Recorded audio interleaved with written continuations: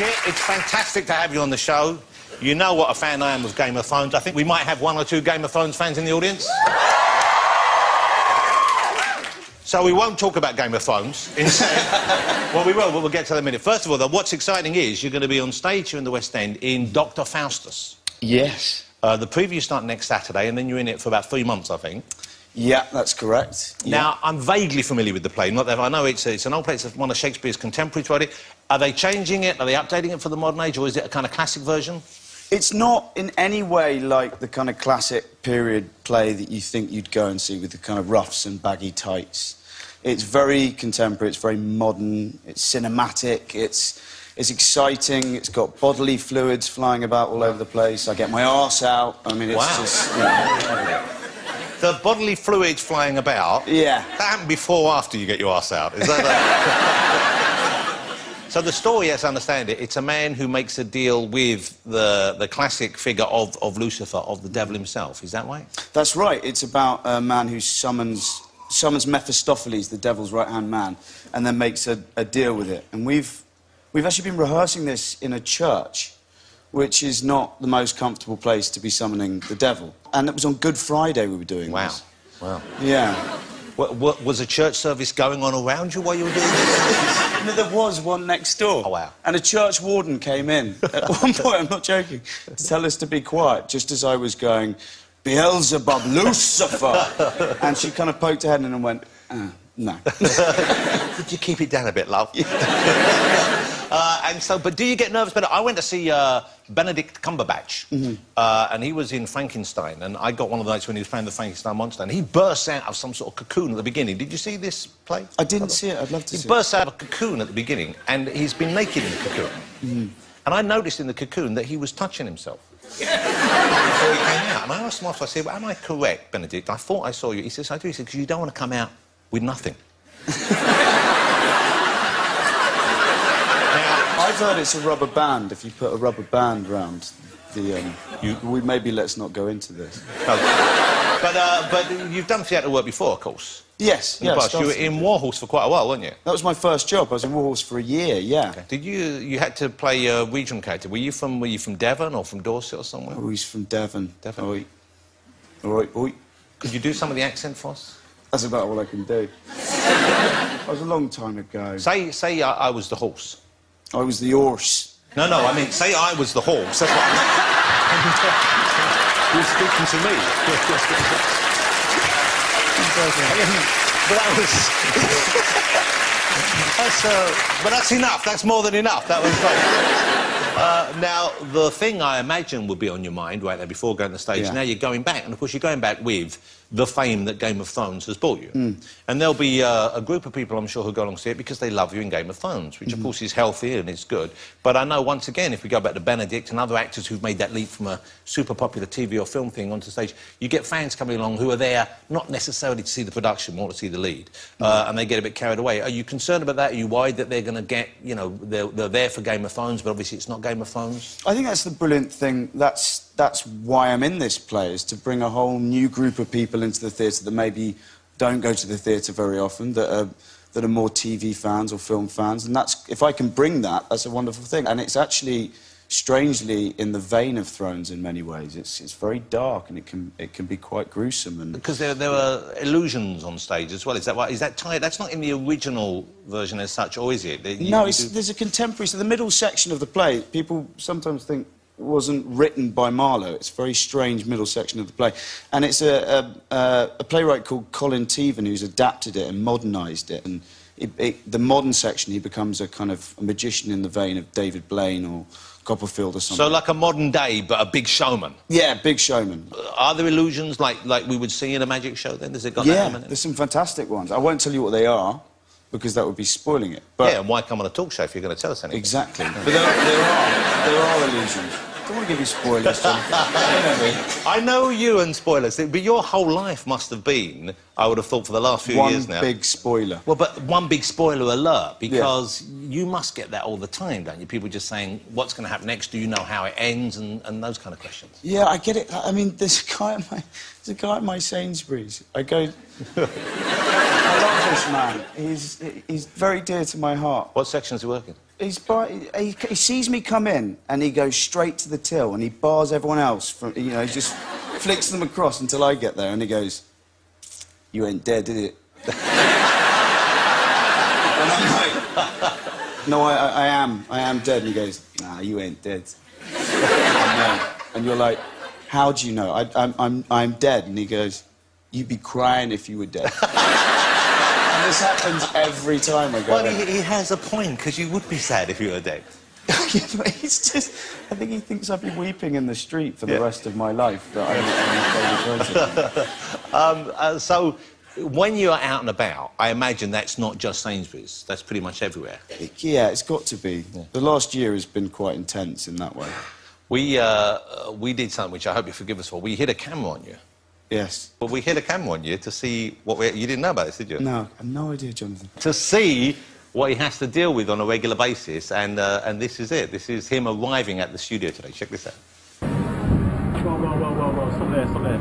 I thought you was dead. Excuse me. Sorry, aren't you the dead guy? There we are. That's Kit was just saying, that's pretty much every day. That's very accurate to my life. It's scary watching that. Even the urinal scene. That's a spoof. That's actually... So you get it in toilets as well? Yeah, the guy at the urinal I have all the time. That one man? The man that goes... So, how do you do it, though? How do you keep the secrets that you must know about the show going forward? Mm-hmm. How do you manage to get through it without giving that away? I guess you have a few close people you can talk to about it. Not that it's like therapy, you need to get it off your chest, but I guess there are some people you can trust, or do you not speak to anyone? I am no longer involved in the show. Oh, yeah. So any secrets that are with the show, I don't actually know anymore. So it becomes very easy, Jonathan. Yeah. So you're looking at me like you don't believe me. It's going to be so relieving when people actually see the show and realise that I don't come back. So we should set up for the sort of 3 or 4 people in the world who haven't been watching Game of Thrones. You were killed. Jon Snow was killed at the end of season 5. Mm. And so you're kind of out of the show. Yes, very much so. But you were back filming in Belfast while they were all there. I was playing a corpse. I was there for a little bit. I was there for about a month or 2 months. It was always spread over a bit. And yeah, because when you're lying dead, you've got to feel like they can't knock that off in a day, can they? I won't tell you how many episodes I'm lying dead, but it's enough that I was out there for quite a while. Wow, so there's a lot. So your body's lying dead quite a lot in lots of different scenes? Yes. You're just walking past and all the years again. How did you get there? It's going to be so satisfying when you see it. Someone's putting a bottle away. What's this on the shelf? Jesus Christ. You was dead, ain't you, mate? You know? And you realise that I was telling the truth the whole time. Do you get this from famous people as well, not just muggles? Yeah, I get this from everybody. Me and my brother went we got invited to Wimbledon recently, lovely. As you do. And we got sat with, it was, a royal was hosting, we didn't know which royal it was, and it was the Duchess of Cornwall, and she was hosting it, and we got sat with her, me and my brother, and she leant over the table and said, "Are you dead?" No word of a lie. I wish she'd said, "Is one dead?" That would have been Game of Thrones is pretty much, it's one of the biggest shows in the world. I would say that and Walking Dead are probably the 2 biggest global shows, I would have thought. And you must have opened a lot of doors for you, I guess. You've met a lot of people who are famous fans. I know you've met Stevie Wonder. Was he a fan of the show when you met him? Stevie Wonder, yeah. Yeah, well, I mean, I don't know if he was. I asked him just the most awful question, which still haunts me at night time, which... I just asked him if he'd seen the show. Oh. It's just... the thing not to ask Stevie Wonder.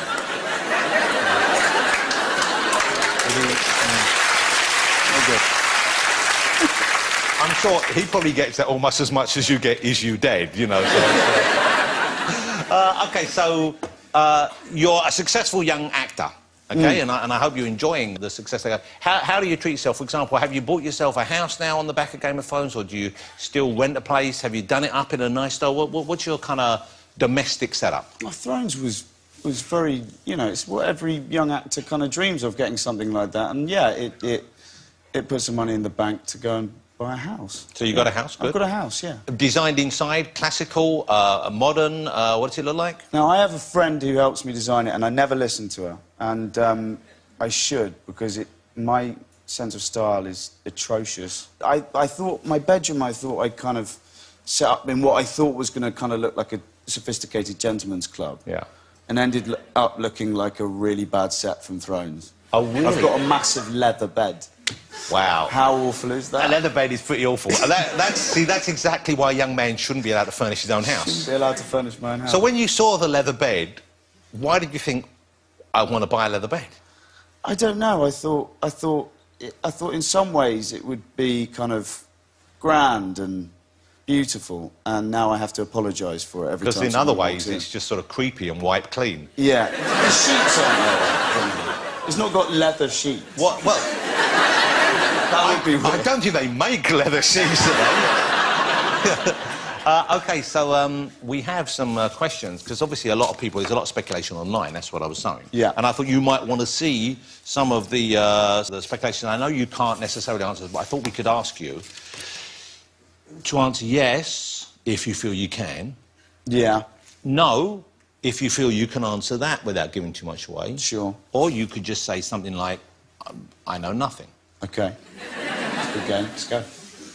But we are going to add an element of fun to this interrogation. We have the stone of truth here. Okay? Here's the stone of truth. You have to put your hand in the mouth of the stone of truth and hold on to what we're calling its tonsils. All right.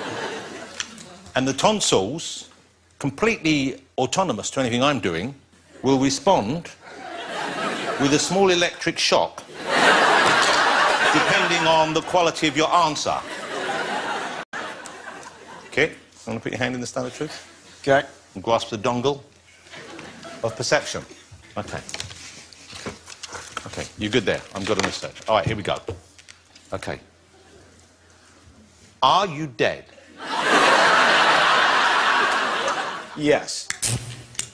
Do you feel that? Actually gives me a shock. On a scale of 1 to 10, how bearable was the shock? 5. OK, I can turn this up a bit.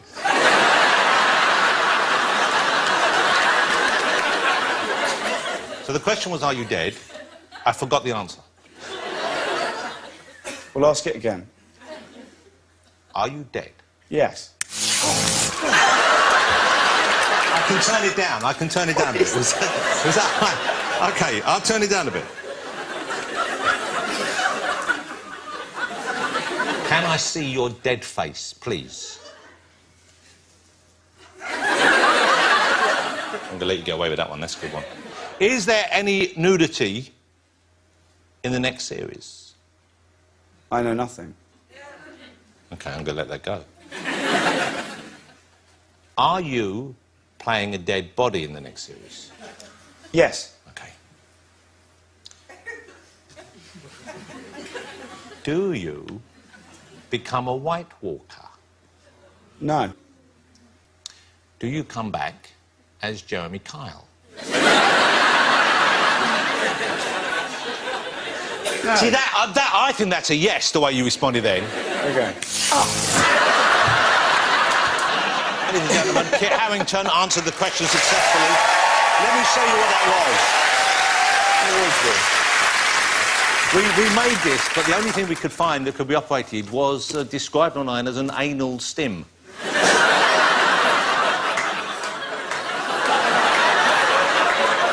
It is shaped. You'd be amazed, though, because second-hand, they're pretty cheap, those things. It really wasn't a lot of money. We gave it a wipe off and everything. Seriously painful. Kit, thank you for coming on the show. Thank you. Great to have you here. I'm so looking forward to Dr. Faustus. I'm going to come along to one of the previews. They start next Saturday, the 9th of April, at the Duke of York Theatre, and you're just in it for a few months, so make sure you get to see it while you can. I can't wait to see you back as a White Walker in the new series of GameOf. You're going to stick around for the rest of the show, I hope? Of course. No more electric shocks, I promise you. Mr. Kit Harington, ladies and gentlemen.